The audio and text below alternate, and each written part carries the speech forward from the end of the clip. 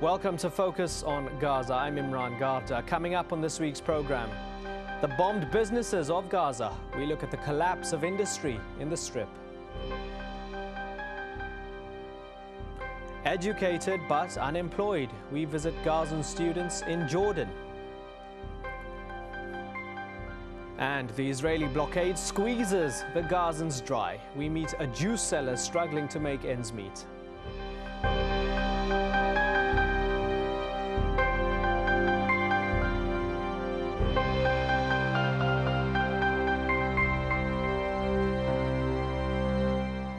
This week, rival Palestinian factions Hamas and Fatah ended a fourth round of reconciliation talks in Cairo, yet little was resolved. Both have agreed to convene next month as a final attempt to reach an accord. Venezuelan President Hugo Chavez has opened diplomatic relations with the Palestinian Authority. This comes just months after severing ties with Israel in protest against the recent war on Gaza. And Israel has expressed concern following reports that the U.S. may approve funding for a future Palestinian unity government, even if it includes Hamas. It's a cheerless Labor Day in Gaza. Besides destroying more than 20,000 homes, the recent Israeli offensive left hundreds of factories and businesses in ruins with devastating consequences. Casey Kaufman has this report. It's ice cream season in the Gaza Strip. The Al-Wadiyah food group now makes 2 food products. Before the Israeli offensive here 4 months ago, it made 127. You eat one, so. Mr. Yasser Al-Wadiyah is the company chairman. He jokes about the final quality of his product made under the difficult circumstances. It looks like a Somali product, so this is, I can tell you, no label, no names, where it came from. Either from Sudan or from Somal, so. But in reality, there is little to laugh about. Mr. Al-Wadiyah lost $22 million in damages caused by the Israeli war on Gaza. His company was the Strip's largest producer of food items. He's a serious businessman with a PhD earned in the United States. He makes up the backbone of the private sector here. It took us decades to build these facilities and factories, all the production lines. When we saw this and the efforts and the money, what we have spent, we felt that everything is gone. The Al-Wadiyah group did lose a lot, but Mr. Yasser also knows the ripple effect it's had on his workers. I can tell you, some of the employees, they were crying here when we told them, we cannot handle anymore this huge number of workers and employees to stay in here because we don't have the facilities. We lost all the production lines. We lost the equipment, the vehicles. I can tell you a lot of families in Gaza Strip are suffering. After his factories were destroyed, Mr. Al-Wadiyah had to fire more than 80% of his workforce. One of those employees had been working for him for 15 years. Raed Al-Gula used to work on the production line. He was the only one working in his household. Both his own family and his parents depended on that income. What must I do? Do I have to steal and rob? I looked everywhere for a job. Nothing. What can I do? Raed's mother manages the household budget, but she's running out of ideas on how to feed her family. Look what we have in the fridge. Just bread. There's nothing, no fruits. Just bread and chilies. 700 factories and businesses were destroyed in Gaza. This was a feeding farm. This was a gas station. This facility produced concrete. And this was a tile factory. Some rankings now place Gaza's unemployment level at a staggering 80%. But not all have been discouraged. This one man's resilience and commitment to his heritage, his home, and his vision of a Palestinian future have helped him carry on. We took our final decision to start again. We are not leaving our land. We will stay in here regardless to what happened.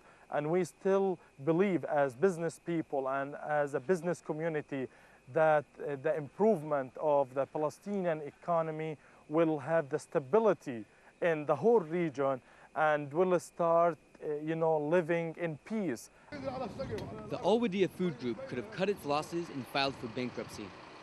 But instead, the rubble is being cleared and the ice cream deliveries have resumed, one store at a time. Casey Kaufman, Al Jazeera, Gaza. Well, to discuss this issue, we're joined from Ramallah by Mohammed Shataya, the head of the Palestinian Economic Council for Developments and Reconstruction. Thank you very much for joining us, Mr. Shataya.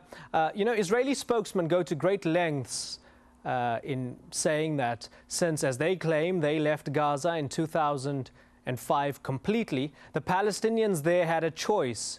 They could have made Gaza into, as they say, a Hong Kong or a Singapore of the region, but instead they chose terror, as the Israelis put it. How much of an opportunity did the Palestinians really have to uplift themselves economically? I think the Israelis have left incredible chaos behind them when they left Gaza. The Israelis have, since they left Gaza, they put it under total and complete siege. Access to Gaza and access out of Gaza is fully and totally restricted. Our people cannot reach different education institutions in the West Bank or elsewhere. Medical services are not really accessible to Palestinians outside Gaza, and the situation is catastrophic. All economic indicators in Gaza are down except unemployment, which is very high. Is it as bad in the West Bank? Well, in the West Bank is not as bad as it is in Gaza. The difference here in the West Bank is that Israel has implanted 612 military checkpoints, i.e. creating a total fragmentation of the Palestinian territory between north, south, and the middle. Jerusalem is totally under siege, and people have no access to Jerusalem whatsoever, either as prayers or as commercial or merchants or whatever. And the West Bank also, where the model was supposed to be a Singaporeization of the West Bank, which didn't really materialize at all, simply because the economic indicators in the West Bank as well as are negative. Unemployment in the West Bank is 30%. Well, one of the people tasked with this Singaporeization, as you call it, is the quartet's envoy, Tony Blair. He says that first there should be economic upliftment for the Palestinians, which would lead to a political solution and a two-state solution. I'm assuming you would hotly dispute that. The Palestinians give a full priority to the political issue because the misery of the economic misery is caused by the fact that Palestinians are living under military occupation. The situation in the Gaza Strip looks like sub-Saharan Africa, and the Palestinian people, the climate here is wonderful. We have the highest university graduates in the region. Our land is not impotent. It is a fertile land and so on. So the issue here is that having the Palestinians under total siege is actually the main cause of the misery. After the destruction of Gaza during the war, we saw $5 billion pledged by the international community at the Sharm el-Sheikh Donors Conference in March. Almost 2 months on, where is that money? Who's it going to? Well, first of all, the money didn't materialize yet. One single penny was disbursed to the people of Gaza because the donors in Sharm el-Sheikh made it conditional that this money will flow on the condition that first there has to be an agreed upon government, an end of the split, and also Israel has to lift its closure, simply because today you will not find one sack of cement in the whole of Gaza. So how is it possible for the reconstruction process to start at a time when the total siege and there is no construction material in the Gaza Strip? It does seem like a bleak outlook for the moment. Thank you very much for joining us. Mohammed Shataya from Ramallah. Palestinians are often considered among the most literate and educated people in the Arab world. Many students leave every year to further their education with high hopes for when they return. But with unemployment rates in the Strip at an all-time high, most are left without work. Nisreen Shamaila met with Gazan students in Jordan and asked them what they think their future holds. Many of Gaza's youth come to neighboring Jordan to enroll at universities, some for undergraduate degrees and others for master's and PhD degrees. Many are on scholarships granted by private European institutions, but others are not and struggle to pay tuition and fees. The vast majority of Gazan students enrolled at this university here in Amman return back to the Gaza Strip after graduation. Because they need to be with their families who are living under harsh conditions while paying for their education, finding a job here in Jordan or in any other neighboring country is not really an option. But the question is, does getting a higher education degree really make a difference when it comes to employment in Gaza?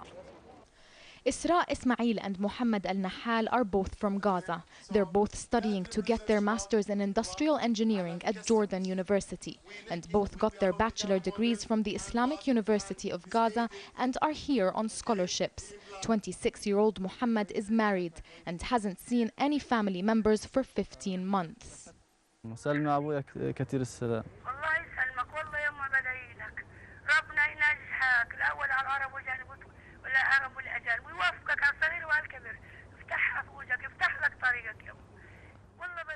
He's top of his class and his dream is to go back to Gaza. I hope after completing my master's studies to go to Gaza and have a teacher job in the Islamic University of Gaza in the industrial engineering department. My ultimate objective is to help my country, not to